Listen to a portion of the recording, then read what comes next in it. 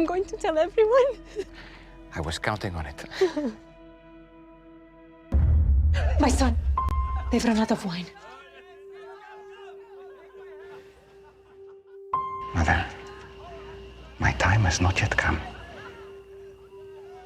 If not now, when?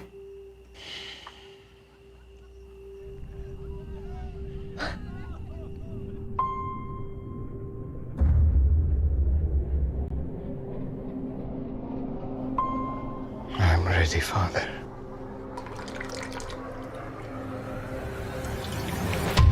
It has begun. What has?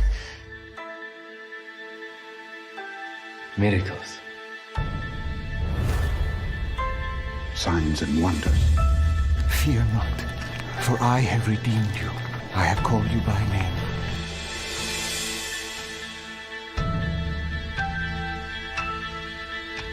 You have experienced a miracle, Mary. I saw it. It was incredible. Our Father, Our Father, who art in heaven, who art in heaven, hallowed be thy name. hallowed be thy name. The man has a following. He's a rogue who answers to no one. You asked me before if I knew his name. Now everyone knows his name, and I fear for his safety. Throw this down for a catch. Do you think that impossible things can happen? That overturn the laws of nature? That cannot be explained.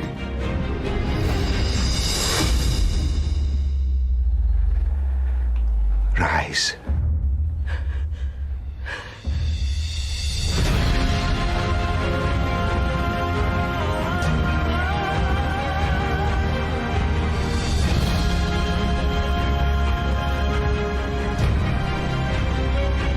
Matthew, son of Alphaeus. Yes. This is different. Get used to different.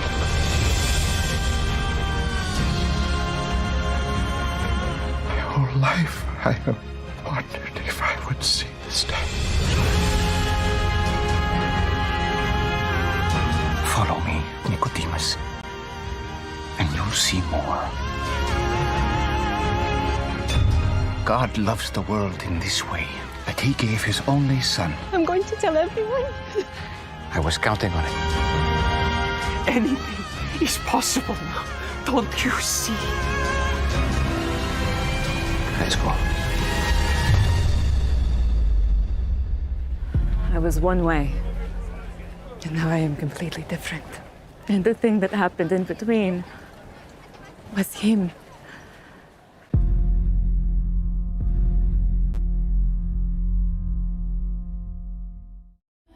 I'm going to tell everyone.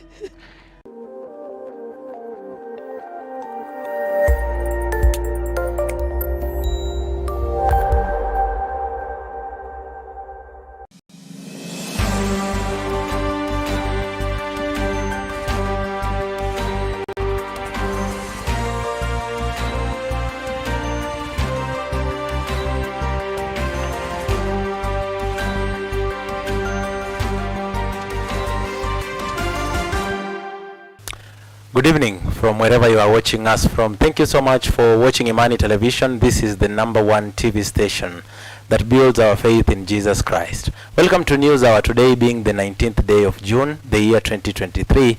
We have an array of topics lined up for you in our bulletin tonight, ranging from leadership and politics to health and finance. But before that, remember that you can always reach us through our SMS line, that is 0746 580-788, 0746-580-788, and you can always reach us through our social media handles at Imani Television on Facebook and Imani Television on YouTube.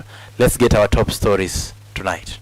The goal here is to support job creation and sustainable economic growth, with a particular focus on micro, small and medium-sized enterprises. Because cost is determined by the level of activity.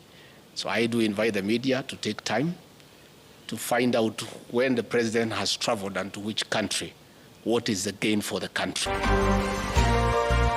To ask the mothers and the women not to keep reminding the fathers about what they are not able to do, because they know it. Sometimes it is that they are not able to actually do it. They just need to be understood.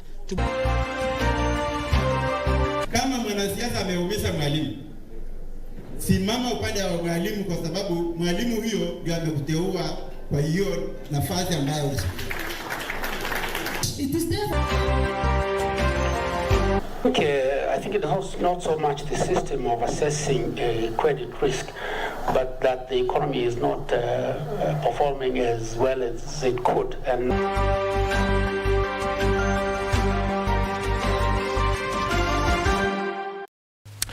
welcome to the program. My name is Barasa SAENYI, and Phyllis Miriko Arunga is assisting in sign language interpretation. Let's begin our bulletin. Kenya and the European Union have signed a trade deal in a coup for Brussels as it seeks deeper economic ties with Africa in the face of competition from China. President William Ruto presided over the ceremony in Nairobi on Monday to mark the formal conclusion of negotiations for the EU-Kenya Economic Partnership Agreement.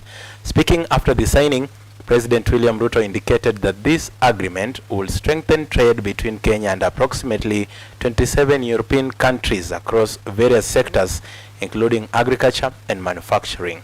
Once ratified and entered into force, Kenya will receive duty-free and quota-free access to the EU, its biggest market, where it sends roughly 1/5 of all its exports. Moreover, the agreement is expected to attract more investment and more investors to Kenya. Let's take a look. This achievement also represents a fundamental deliverable under the EU-Kenya strategic dialogue, our mechanism for advancing our common strategic interests in trade, investment, peace, and security in our region, and the transition to green energy and the digital economy. It signals our long-term commitment to ensure that farmers, including those in the flour, coffee, tea, fish, peas, and the edible fruits and nuts sector, are assured of a predictable market. Although the EU is already Kenya's largest export destination, accounting for 21% of Kenya's total exports, the agreement we have negotiated provides significant opportunities to enhance this performance. It assures a stable market for industrialists, for our farmers, and also industrialists in the European Union that deal in machinery and mechanical appliances, pharmaceutical products, chemicals, electrical machinery, beverages, and other processed products of an assured market in our country. Additionally, the agreement will grant Kenyan products immediate duty-free, quota-free entry into the EU from the day it comes into effect. The goal here is to support job creation and sustainable economic growth, with a particular focus on micro, small, and medium-sized enterprises. And I can assure you that those are not idle promises. The statistics prove that trade and investment grow whenever a country or region signs an agreement. All right, we move forward and we come back locally, where Deputy President Rigathi Gachagua has defended the visits of senior government officials and President William Ruto in foreign countries, saying that the visits are a success in cooperation agreements between Kenya and various countries in order to achieve development projects. Deputy President Gachagua has said that the government trips abroad are for the benefit of the nation and not a waste of public funds, asking the media to take time to find out when the president has traveled and to which country and what is the gain to the country, so that they can make a final decision from that. This comes amid outcries that public servants are wasting money making international travels without any benefit to the country, despite the high cost of living as at now. Yesterday morning, I found another headline saying that for the time you have been in office, you have spent 3 times what your predecessor spent on local and international travel. But these people are not honest enough and objective to also outline the level of activities that you have carried out in that period, because cost is determined by the level of activity. So I do invite the media to take time to find out when the president has traveled and to which country, what is the gain for the country. It's only then you can make an objective analysis. And Your Excellency, I don't understand these people sometimes. They complain that you are traveling too much. At the same time, they complain that I'm not traveling. I don't know which is which. Because I saw them complaining that since you leave me around to mind the house, they say that you have stopped me from traveling and assigned me what they call useless duties. On the same page, they are complaining that you have traveled too much. I don't know what is it that they want to do. All right. The Jeremiah Kioni faction within the Jubilee Party has received respite as the political party dispute resolution panel issued a directive to cease any meetings by the opposition faction led by Kanini Kega. Complainants, including Jeremiah Kioni, David Murathe and Kagwe Gishohi, raised concern that Kanini Kega and his associates had violated the court's instructions not to hold meetings or advocate for any changes until the pending cases were resolved. Additionally, the panel has suspended the move by Kanini Kega's group to withdraw from the One Kenya Alliance coalition. Let's take a look.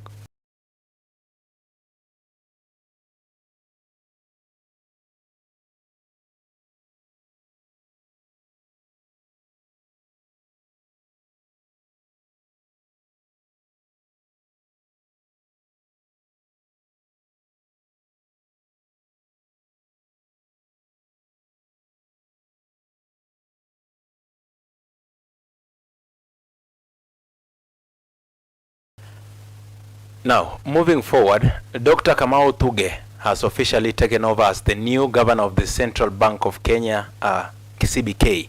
Dr. Thuge is the 10th governor of the Central Bank who took over from Dr. Patrick Njoroge, who has served a 4-year term. The new governor has a stellar career, having worked with the International Monetary Fund in policy and non-policy making departments. He also served as a missions chief to Botswana and Lesotho in the wake of the global financial crisis. In Kenya, he held many senior roles, including being the head of the Fiscal and Monetary Affairs Department at the National Treasury, as the Economic Secretary and Senior Economic Advisor. Furthermore, he served as the Principal Secretary at the Treasury and lately as the Senior Advisor to the President and Head of Fiscal and Budget Affairs. Let's listen in. What is your view on improving policy coordination between the monetary policy and fiscal policy to ensure that there is stable financial sector and economic development? Okay, I think it has not so much the system of assessing credit risk, but that the economy is not performing as well as it could. And I believe that once we are able to unlock the growth, that these non-performing loans will decline. Moving forward, the Communications Authority of Kenya has announced its incapacity to eliminate the online teachings of the controversial preacher Paul Mackenzie. During an interview with a special Senate committee investigating the Shakahola murders, the Communications Authority Chief Executive Officer Ezra Chiloba explained that Kenya is engaging with international partners since there is a lack of legislation empowering the authority to take such measures. Chiloba emphasized that the authority requires an additional 14 days to aggregate Mackenzie's sermons, enabling collaboration nation to eradicate these teachings from the digital realm. The developments and what we're observing, and especially when we kept on iterating the content that we had online, in our system, it became apparent that this was going to be a big issue. The online content, the online presence of Pastor Mackenzie's teachings. And that's why we said, let's mop out all the information that we know about that so that we're able to provide some sense of direction whenever called upon. Now, CA does not have a direct mandate when it comes to enforcement of some of these violations, especially the ones criminal in nature. We have to work with other departments of government. We have to work with Interior, the police, NIS, so that together we're able to deal with this. I'm really worried because of the the conversion by the authority, they are unable to do anything, and they want to compile a report maybe within 2 weeks and 3 weeks and run around and so on. Chair, I think there's a need to have a quick amendment to the law, yes, so that we just give these people the power, yes, to pull down all these issues, because McKinsey is only one. But now, still on matters religion, the clergy has been urged to consider enrolling in Bible colleges and theology classes to enhance their leadership skills. This comes at a time when the government has formed a task force to oversee sanity in Kenyan churches to help avoid a scenario like the ones in Shakahola in the future. Speaking during the graduation ceremony of Angaza Bible College in Donholm, the institution's founder, Kennedy Omuse, said that the time has come for sanity to be restored among church leaders. His sentiments were echoed by the college academic dean David Hayaki, who called on church ministers to complement their calling with theology training.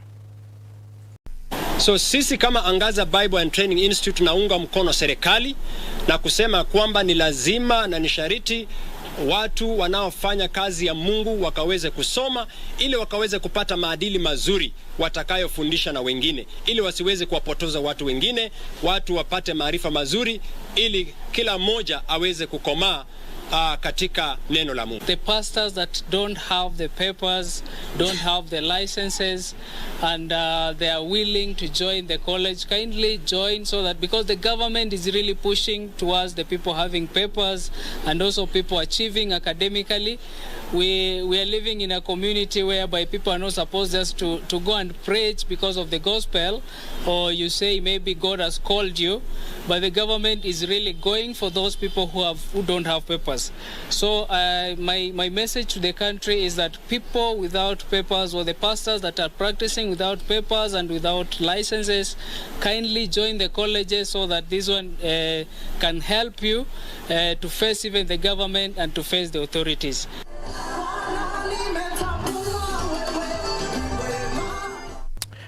From Angaza College in Donholm, Nairobi, we move straight away to Busia County, where the elderly population is voicing their concerns over the persistent delay in receiving their monthly stipends, essential for meeting their basic needs and covering medical expenses.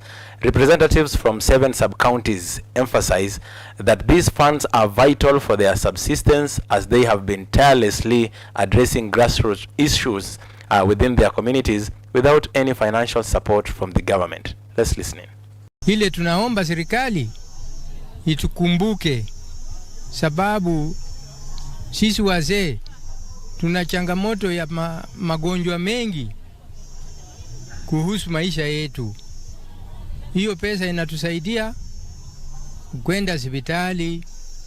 Hatuna nguvu ya kulima. Tukipata hiyo pesa inaweza kutusaidia kununua chakula tukule na kupelekea wajukuu wetu wenye tumeachiwa nyumbani hata nao wapate elimu.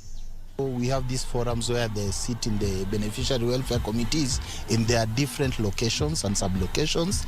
They get advice, feedback on the challenges they are facing during the program, getting money, and also some of the solutions are discussed from that basic level.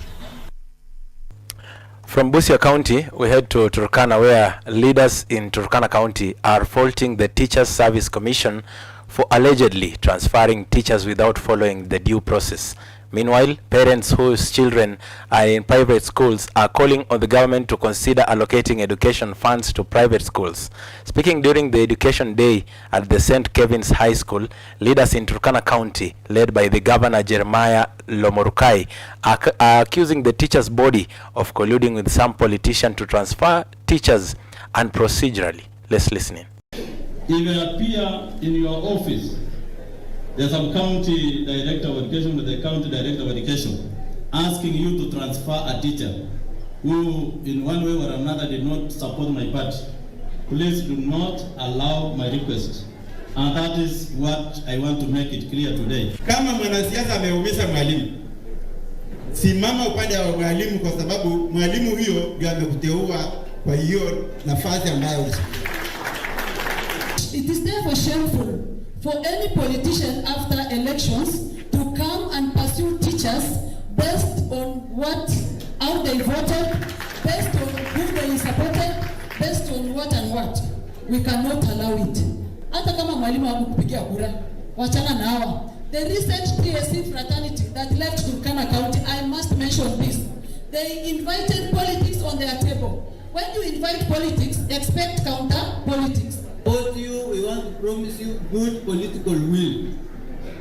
We will support anything that pertains teachers in parliament. Hakuna siku tutabaki nyuma. Kama hadishi, kama mshahara, kama ni nini, tutapambana. Alright, the government has been urged to consider creating a fund for men to offer financial support to struggling fathers in the country. Bishop David Munyiri of the Glory Outreach Assembly says that most fathers are failing to meet their obligations and responsibilities due to financial hiccups, and especially during hard economic times. Speaking at the church in Kahawa Wendani, where he hosted over 400 children from 8 orphanages run by the church, the cleric said that the state should create a fund which will be accessed by men to enable them initiate and expand their income-generating ventures. When they are not able to meet those obligations, especially if they are economically challenged, and therefore we would want them to be helped, and we would also want to ask the mothers and the women not to keep reminding the fathers about what they are not able to do, because they know it. Sometimes it is that they are not able to actually do it. They just need to be understood, to be empowered, and to be given the opportunity to do that. Tuna wale wanaume ambao waliweza kuachwa pia na wake wao, wengine walitoroka, wengine waliaga, na pia wana changamoto pia za kulea watoto, kama tu zile changamoto ambazo akina mama pia wanakabiliana nazo.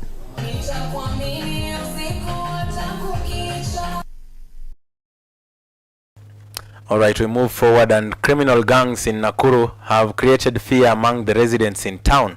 Reports indicate that lack of security has been caused by a war between the Mauki gang and another gang known as Watizedi, both groups seeking dominance over the town. Lack of security has forced traders to close their businesses early before the criminals start carrying out their crimes at night. Emodi Halan tells us more.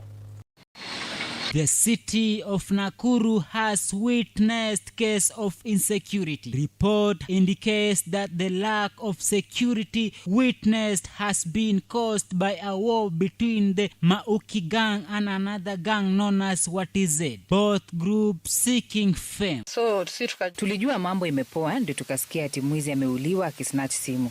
Tukasikia ni Kenito.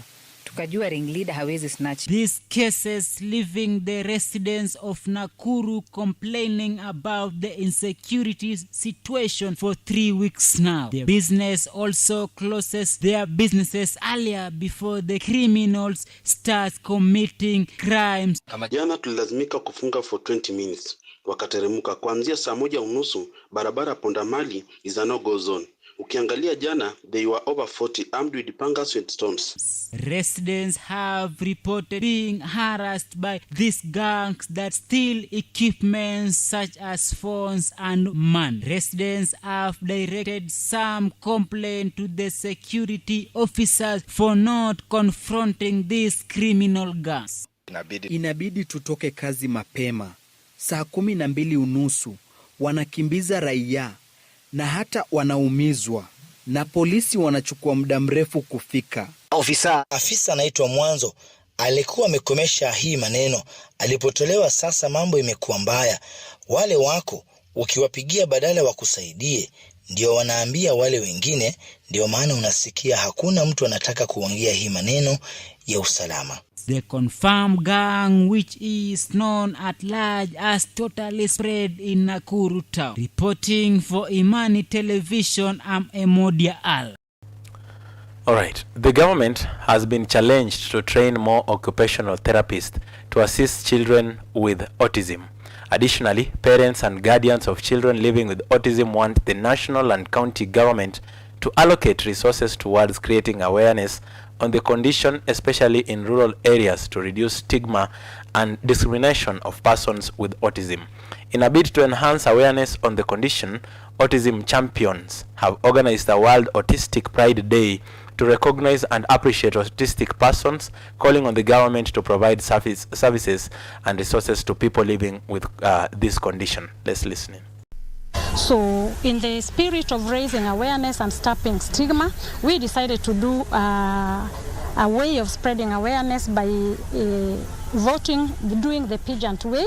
We voted for Little Miss and Mr. Autism online. Through the parents, they gave the inspirational stories.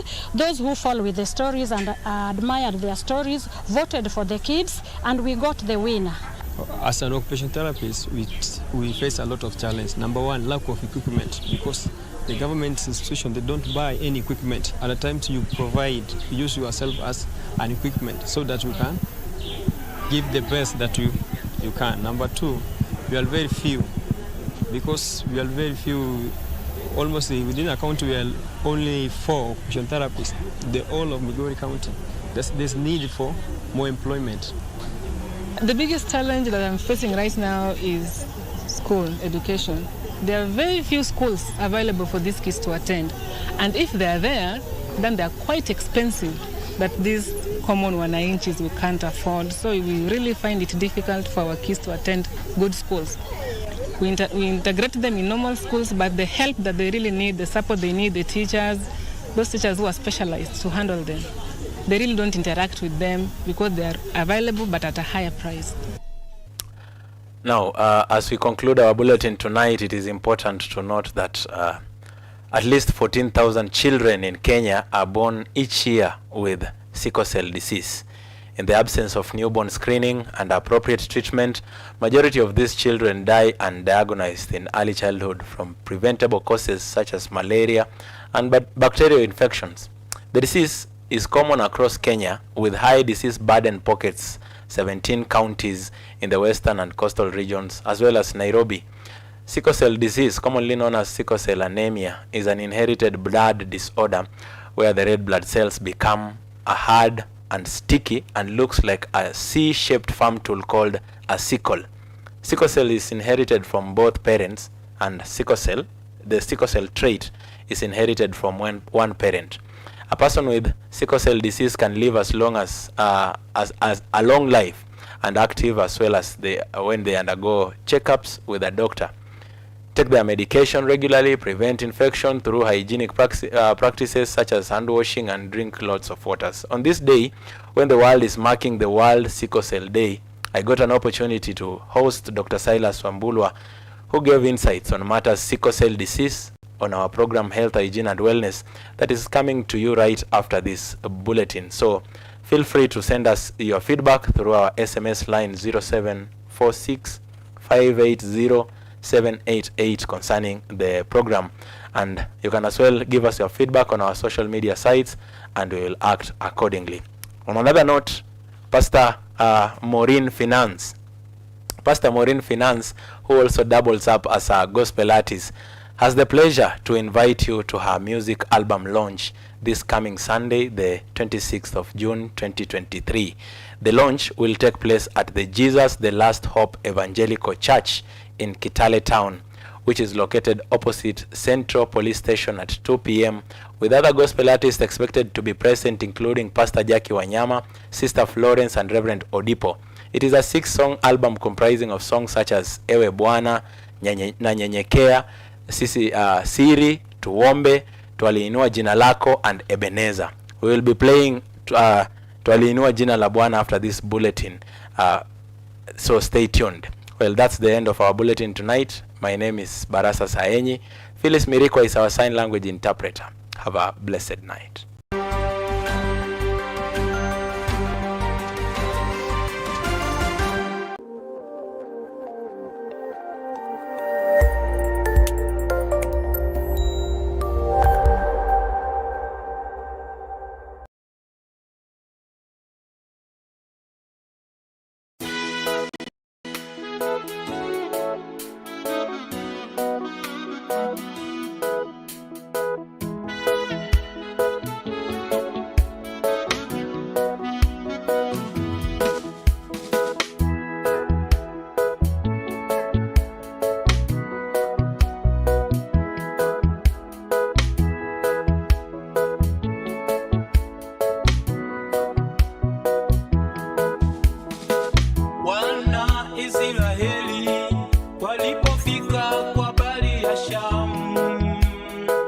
Walimwambia Musa, mbona sisi tufe hapa? Wana Israeli walipofika kwa bahari ya Shamu, walimwambia Musa, mbona sisi tufe hapa? Musa akawaambia, simameni muone wokovu.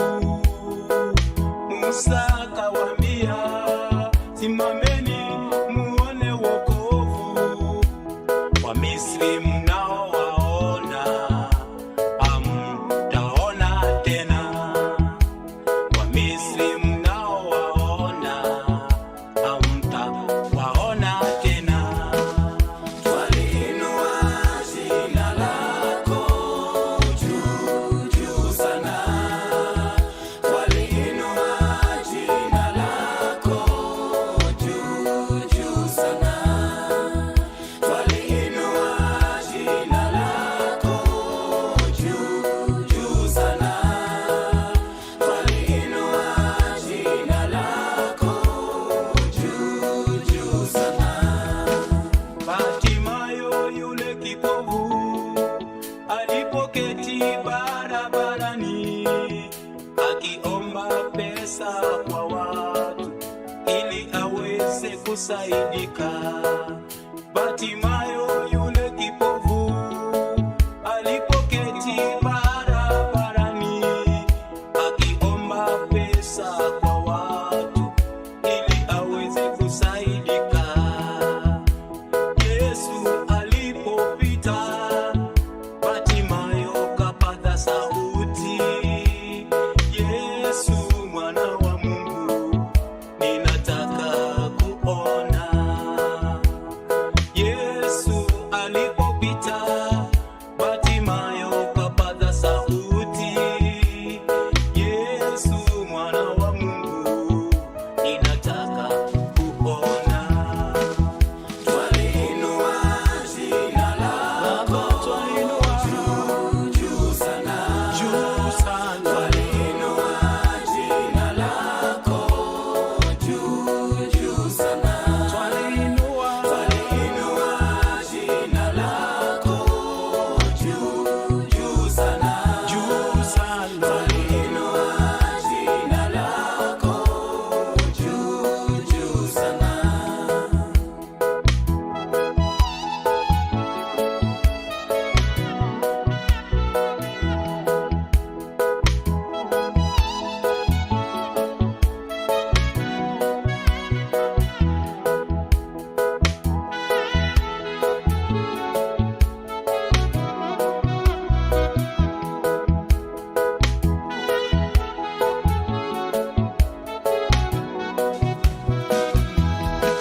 Shadraka na Meshaki na Abednego walitupwa ndani ya moto kwa sababu ya kuabudu. Shadraka na Meshaki